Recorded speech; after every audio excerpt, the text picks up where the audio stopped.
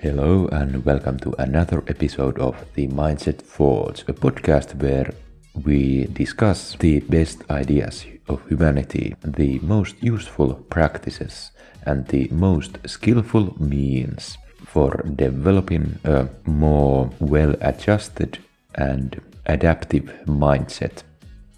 To do this, I will be discussing latest science, ancient philosophy that has stood the test of time, as well as the thoughts and actions of important historical paragons.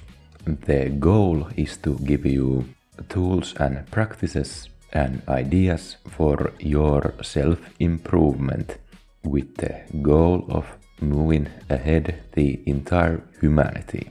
Our discussion will focus on the ideas and practices with the most cash value, so practices that are easy to take up but hold enormous potential. And since most of these practices have to do with changing your thinking and attitudes, they are completely free.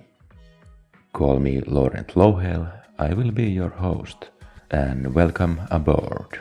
Also, make sure to like Mindset Thoughts on Spotify and YouTube, as well as check out our Discord server, where you can find links to my book, which you can buy on Amazon to support my another side enterprise of being a fiction author. Without further ado, let's get to the episode. Mindset Thoughts, Episode 11, Victim Mindset, a Double-Edged Sword.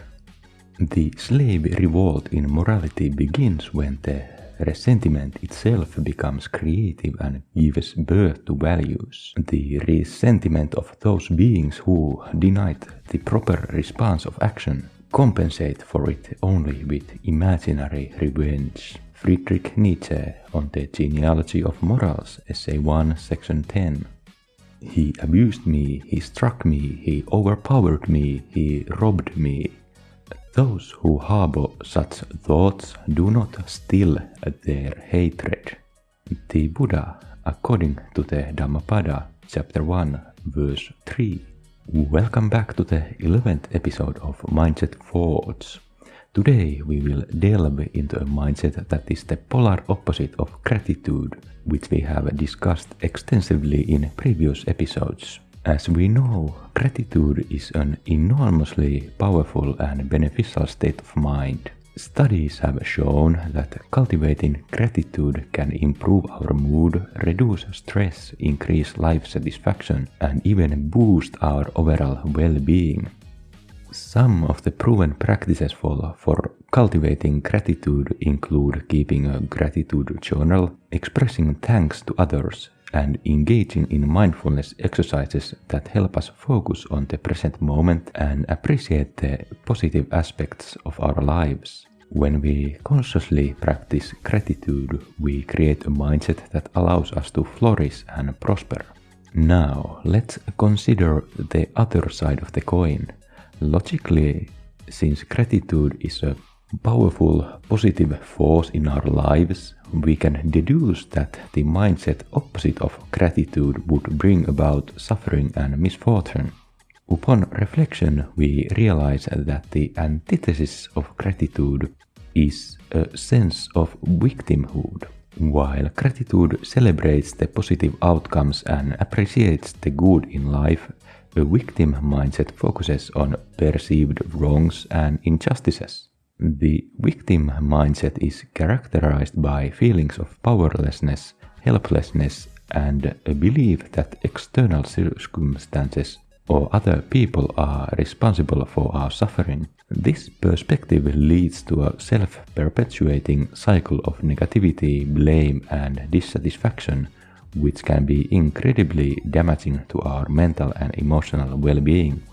Why I have chosen to dedicate an entire episode to a single mindset like this is because it is extremely prevalent these days, and its damaging and corrupting effect can be seen and felt on every level, from the individual to institutions such as universities to entire countries, all popular media and fields of art. It leads to strife, to ruined lives and misery to all it affects, from the person who has this mindset to all that have the misfortune to come in contact with them. This episode will be a cautionary tale as well as a public service announcement, so you can notice this side in yourself and weed it out, because this emotional sickness affects all of us, as long as we haven't realized it and taken the appropriate precautions, as well as identify it in people and organizations around you and not give in to demands born out of this mindset, as it only feeds the problem and causes more problems in the long run. Victim mindset is a deeply ingrained belief that one is constantly under attack or being wronged by others. It is a mindset that thrives on blame, anger, and self-righteousness. This perspective can manifest in a variety of ways, and some key characteristics of individuals with a victim mindset include: 1. Getting angry over minor issues. People with a victim mindset are often quick to take offense and react with anger to even the smallest perceived slights. The concept of microaggressions has emerged from this way of thinking, where seemingly innocuous comments or actions are interpreted as harmful or offensive. 2. Misinterpreting others' intentions. Individuals with a victim mindset are prone to willfully misunderstanding other people's words or actions, often twisting them into strawman arguments to attack and discredit others. This allows them to maintain the sense of victimhood and moral superiority. 3. Claiming the moral high ground. A common tactic of those with a victim mindset is to assert that they are morally superior to others, and therefore their opinions and beliefs should be unquestioned. This approach can lead to aggressive behavior and an unwillingness to engage in open, honest dialogue. 4. Feeling threatened and unsafe. People with a victim mindset may perceive themselves as constantly under threat or in danger, even when there is no genuine cause for concern. They may use this perceived vulnerability to justify their anger and hostility towards others. Even more often, they just claim to feel unsafe while acting like they own the place, just to serve their argument. 5. Demanding compliance or labeling others as evil. Those with a victim mindset often insist that others comply with their demands and conform to their beliefs, or else face accusations of bigotry, racism, or other forms of discrimination. This can create a hostile environment where dissenting opinions are silenced and genuine dialogue is stifled. It is crucial to recognize these characteristics in ourselves and others in order to address the victim mindset and its detrimental effects on individuals and society as a whole. By identifying this mindset and working to overcome it, we can foster more compassionate, understanding, and constructive dialogues that ultimately lead to a healthier, more inclusive society. In the following segments, we will explore strategies for dismantling the victim mindset and cultivating a more empowering and resilient outlook on life. Next, let's find out what science has to say on the matter by exploring a research study that provides intriguing insights into how some people exploit our instinctual compassion, presenting themselves as victims to gain personal benefits. The study in question is titled "Signaling Virtuous Victimhood as Indicators of Dark Triad Personalities." It's a comprehensive piece of research that examines a phenomenon known as virtuous victim signaling. This is when individuals claim to be victims while also highlighting their moral virtues. The aim to maximize the sympathy, attention, and resources they receive from others. The authors of the study conducted a series of investigations to explore the implications and the mechanics of virtuous victim signaling. The first 3 studies revealed that a perceived victim signal could lead to others to transfer resources to a victim. Interestingly, the motivation to do so was amplified when the victim signal was paired with a virtue signal. So it seems that proclaiming virtue alongside victimhood can increase the effectiveness of eliciting help or sympathy. But the study doesn't stop there. It also explores who is likely to engage in this kind of behavior. The researchers hypothesized that individuals with dark triad traits, particularly those with a Machiavellian profile, would be more likely to emit virtuous victim signals.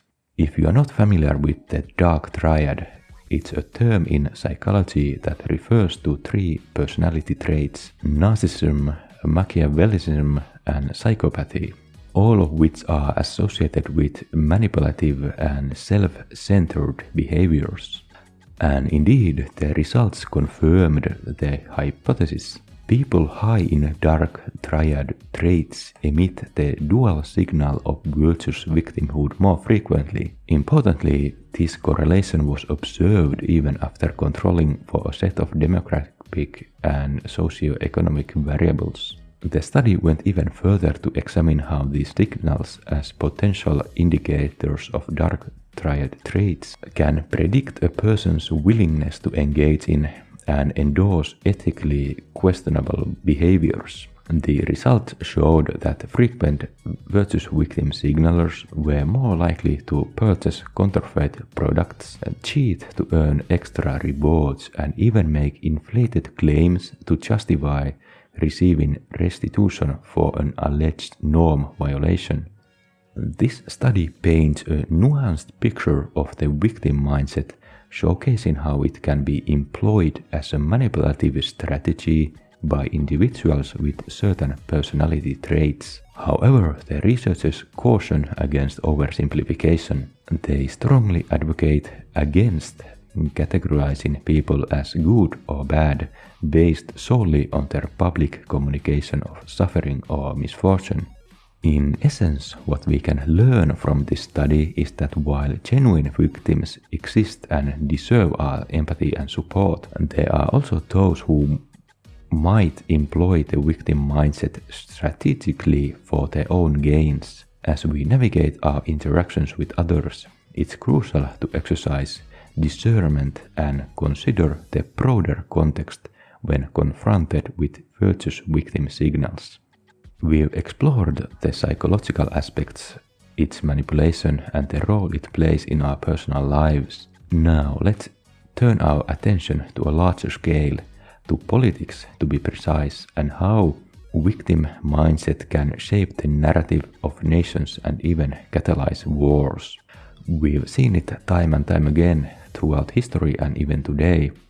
Nations, politicians, and leaders employ the narrative of victimhood to justify actions, rally supporters, and often to wage wars.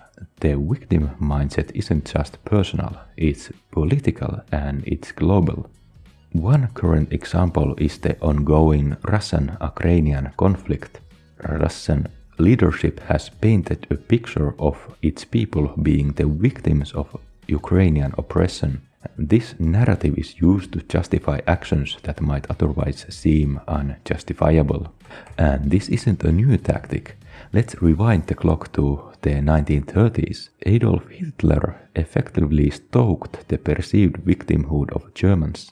The Treaty of Versailles had left Germany in an economically weak position, and Hitler used this sense of injustice to galvanize support for his aggressive expansionist policies, which eventually led to World War II. Even further back in the late 19th century, we can see the same dynamic in the lead-up to the American Civil War. Southern states felt victimized by the North's economic policies and the abolitionist movement. This sense of victimhood was a significant factor leading to the secession of the southern states. sparking one of the bloodiest wars in American history. More recently, in the 1990s, the narrative of Serb victimhood was used by Slobodan Milosevic in the Yugoslav wars. His speeches often revolved around the Serbian people being victims of both historical and current oppression. This rhetoric fueled ethnic tensions and contributed to the outbreak of the conflict.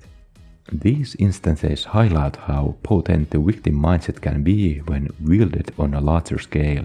It's a powerful tool that can galvanize people, stir emotions, and even justify wars. However, it's important to note that while perceived victimhood can serve as a catalyst for aggression, it can also be a genuine plea for help from nations and populations truly oppressed. The challenge for the international community is discerning genuine cries for help from manipulative tactics, a task that is far from easy. As we've seen today, the victim mindset extends far beyond our personal lives. It's woven into the fabric of our societies, our politics, and our history. Recognizing and understanding this can help us navigate the complexities of our world with a more discerning eye. We continue our exploration of the victim mindset with a look at why arguments invoking this mindset are so effective. In a way, it's a tale of our shared human history, the story of our moral evolution, and a stark reminder of how the best of our instincts can sometimes be used against us. We've discussed how morality, as we understand it, has been honed over centuries through a process akin to natural selection. Actions deemed moral were often rewarded, while immoral actions were punished, sometimes even with capital punishment. This relentless process of reward and punishment has shaped our collective sense of right and wrong. A key element of this moral code is the instinct to help the weak. It's something that's deeply ingrained in us, a manifestation of our empathetic nature. We see someone in distress and we naturally want to lend a hand. It's a beautiful aspect of humanity, but unfortunately it's also an aspect that can be exploited. Those with a victim mindset can manipulate this instinct to their advantage. By presenting themselves as victims, as weak and oppressed, they can arouse our instinctual empathy. We are more likely to overlook faults, more likely to offer support, and more likely to side with someone we perceive as a victim. It's a survival strategy, one that has proven effective time and time again. But there's another side to this. A sense of victimhood isn't just a tool for gaining sympathy. It can also be a potent catalyst for anger and resentment. When people feel that they've been wronged, when they believe that they are the victims, their emotions can be easily stirred. This anger and resentment can be manipulated, directed at convenient targets, often with devastating consequences. This is a tactic often used by instigators and manipulators.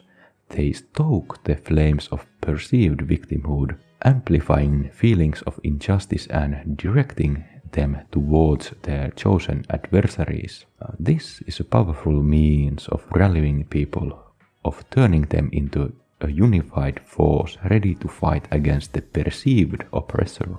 Our instinct to help the weak, our anger at perceived injustices, these are fundamentally human traits. They've been honed over centuries, shaping our societies and our interactions. But as with any powerful tool, they can be used both for good and ill. The challenge for us is to recognize when these instincts are being manipulated, to discern genuine victims from those merely playing their role. Next, let's discuss how to navigate the delicate line between compassion and discernment, between our instinctive urge to help and our cognitive ability to evaluate when and how that help is best offered. It's undeniable that compassion is a virtue. Not only does it foster a sense of interconnectedness, It also contributes to our own well-being. Compassion has a way of softening our hearts, of making us more receptive and understanding. It invites positivity into our lives and the lives of those around us. But while compassion is invaluable, it's equally important to exercise discernment. Our base instincts, while essential for our survival, can sometimes lead us astray.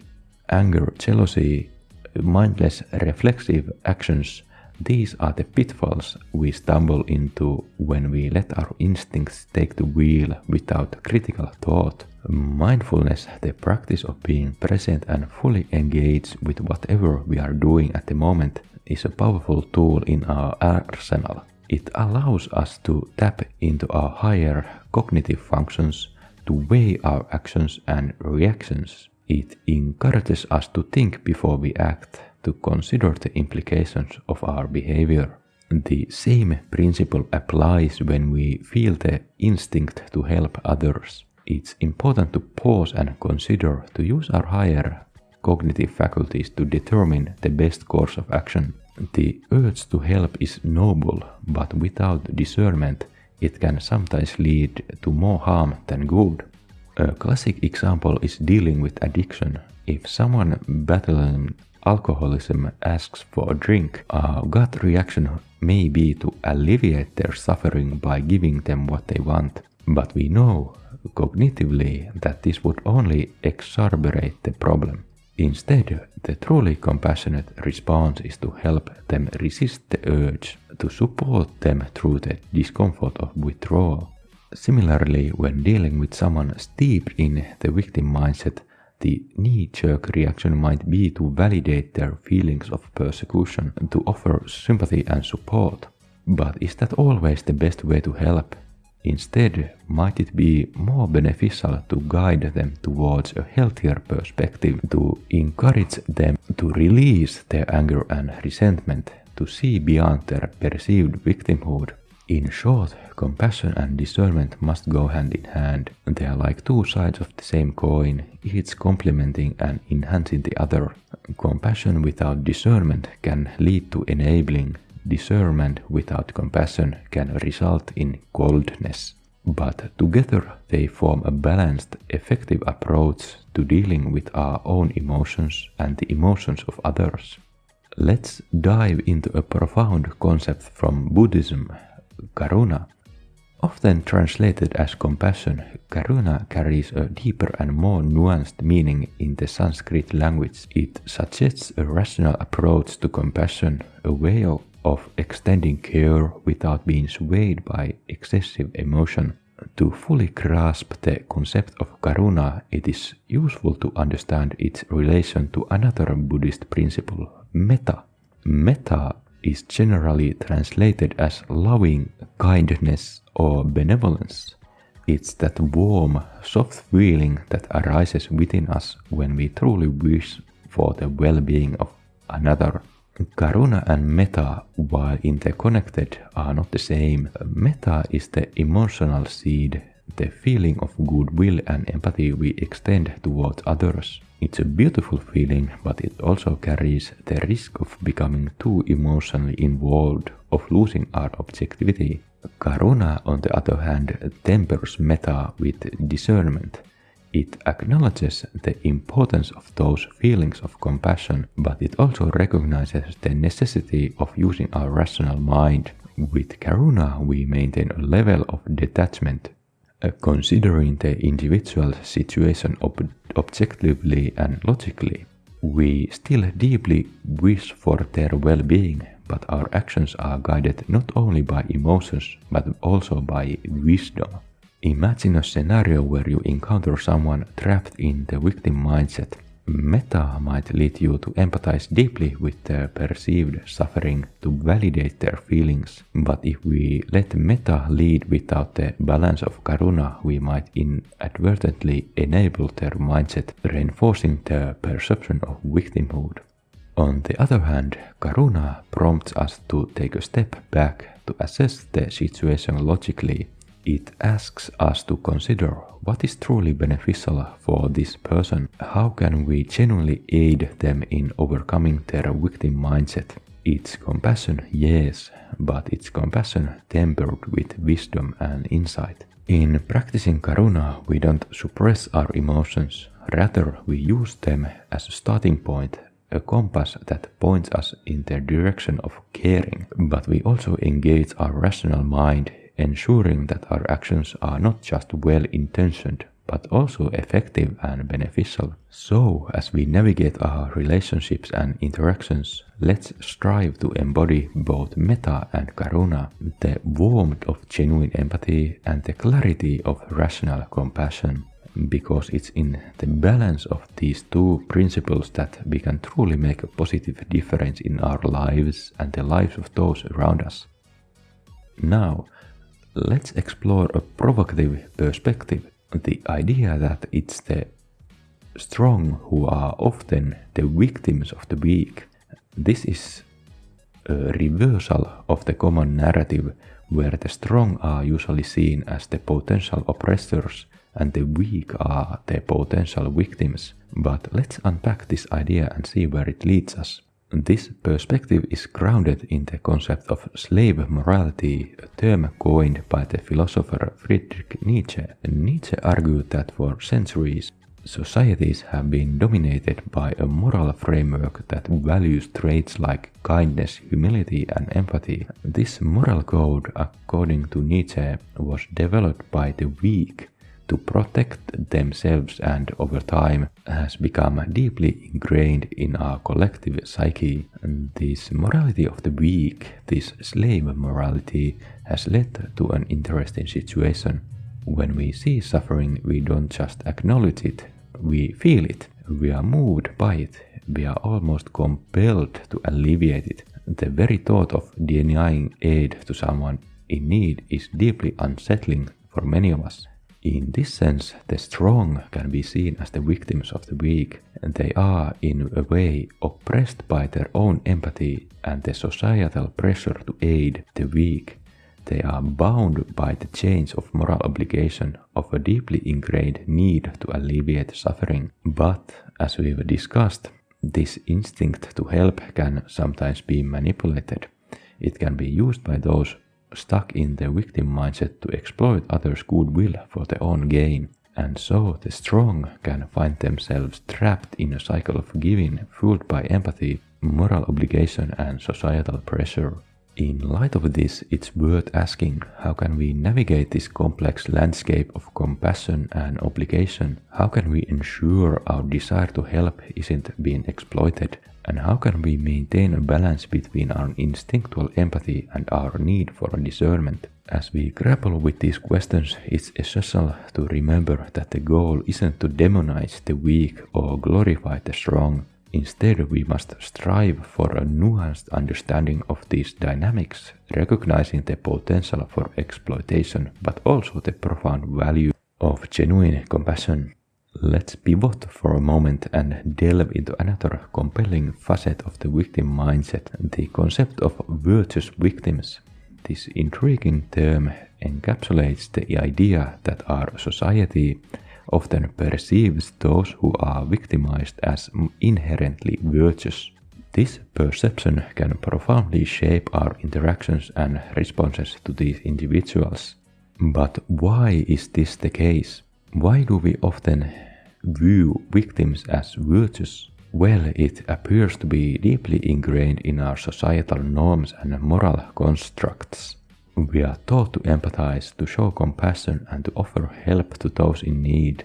As a result, when we encounter individuals portraying themselves as victims, our instinctive response is to see them in a positive, virtuous light.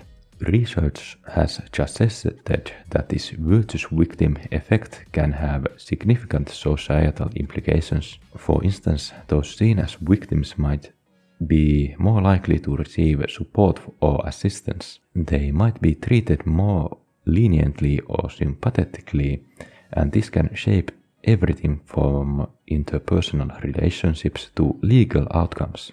But there's a crucial caveat to this. While empathy and compassion are indeed positive traits, the virtuous victim effect can also be manipulated. Individuals or groups may exaggerate or fabricate victimhood status to gain sympathy, support, or leverage. This can lead to what's often termed victim playing or playing the victim card. And it's here that the idea of the victim mindset intersects with the concept of virtuous victims. The victim mindset thrives in the landscape created by the virtuous victim effect. By portraying themselves as victims, these individuals or groups tap into our instinctive sympathies, leveraging our propensity to view victims as virtuous. It's essential, therefore, that we are aware of this dynamic.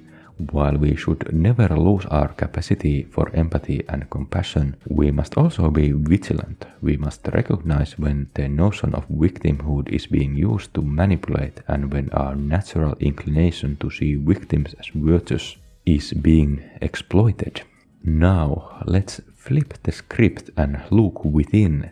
While it is indeed crucial to identify the victim mindset in others, it is arguably even more important to recognize and address it within ourselves. You see, the victim mindset doesn't just play out in our interactions with others. It also shapes our internal narratives, our self-perceptions, and ultimately our overall well-being. This internalized victimhood can often be the most debilitating, since it casts a shadow over our sense of self-worth and potential. How do we counteract this?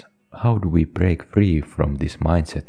The key lies in mindfulness and gratitude. Mindfulness is about cultivating an awareness of our thoughts and emotions. It's about noticing when we are slipping into a narrative of victimhood or self-pity. By being aware of our internal dialogue, we can challenge and change the narrative. We can start asking ourselves, is this truly an instance of oppression, or am I perceiving the situation through a lens of victimhood? By practicing mindfulness, we are not only able to identify when we are falling into a victim mindset, but we are also able to actively work on shifting our perspective. And this is where gratitude comes in. Gratitude is the antidote to a victim mindset. It's the feeling that stands in a stark contrast to victimhood. While the victim mindset focuses on what we lack, on the wrongs done to us, gratitude shifts our focus to what we have, to the blessings and opportunities in our lives. Cultivating gratitude doesn't mean denying or ignoring life's challenges. Instead, it's about acknowledging the positive aspects of our lives, no matter how small or seemingly insignificant they may seem. It's about appreciating the good and realizing that even in difficult times, there's still something to be grateful for. As we have learned before, we can also take a look at any issue and use cognitive reappraisal to twist it into whatever we want, provided our minds are flexible enough. Sure, if there is someone abusing us, for example in a relationship, we don't want to make excuses for them or ignore the issue. But if the issue is more nebulous, like when we perceive ourselves to be the victims of stress, or things that happened a long time in the past that we can no longer change, the adaptive thing to do might be to change your outlook on the issue and to try to find something positive in it. And in time, if you truly master your mind and emotions, you will be grateful for that unpleasant thing, since it is part of the path that led you into becoming a calmer and more happy person in the end. Of course, that requires that you actually do the work to become such a person. By consciously practicing gratitude, we can slowly but surely move away from the victim mindset and towards a mindset of empowerment, resilience, and optimism.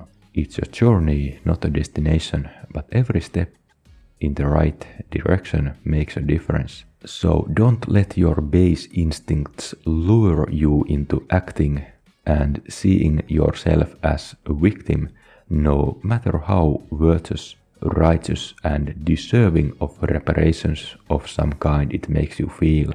It is a double-edged sword, ruining your perception of the world and yourself.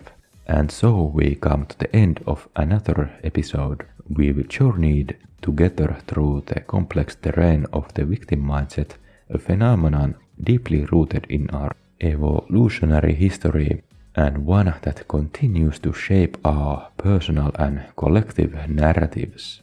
We've seen how this mindset is not only pervasive but can also be incredibly manipulative, whether in the realm of interpersonal relationships or on the global political stage.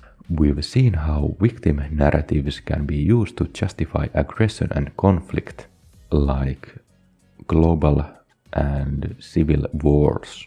But more importantly, we've explored how we can navigate this challenging landscape with mindfulness, compassion, and critical thinking.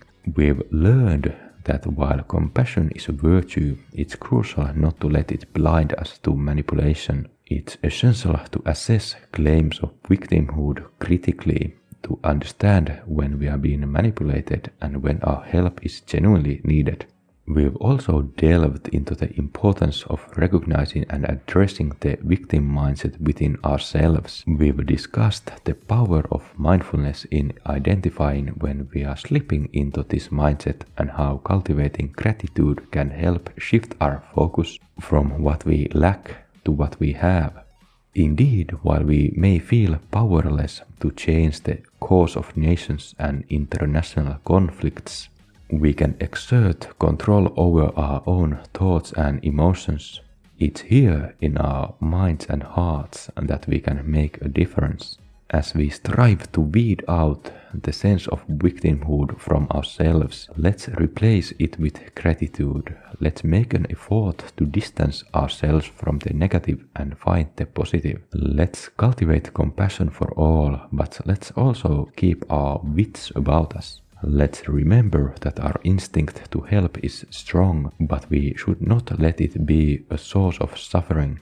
We can and should retain emotional distance, not to harden our hearts, but to protect our well-being and ensure that our compassion is directed where it's genuinely needed.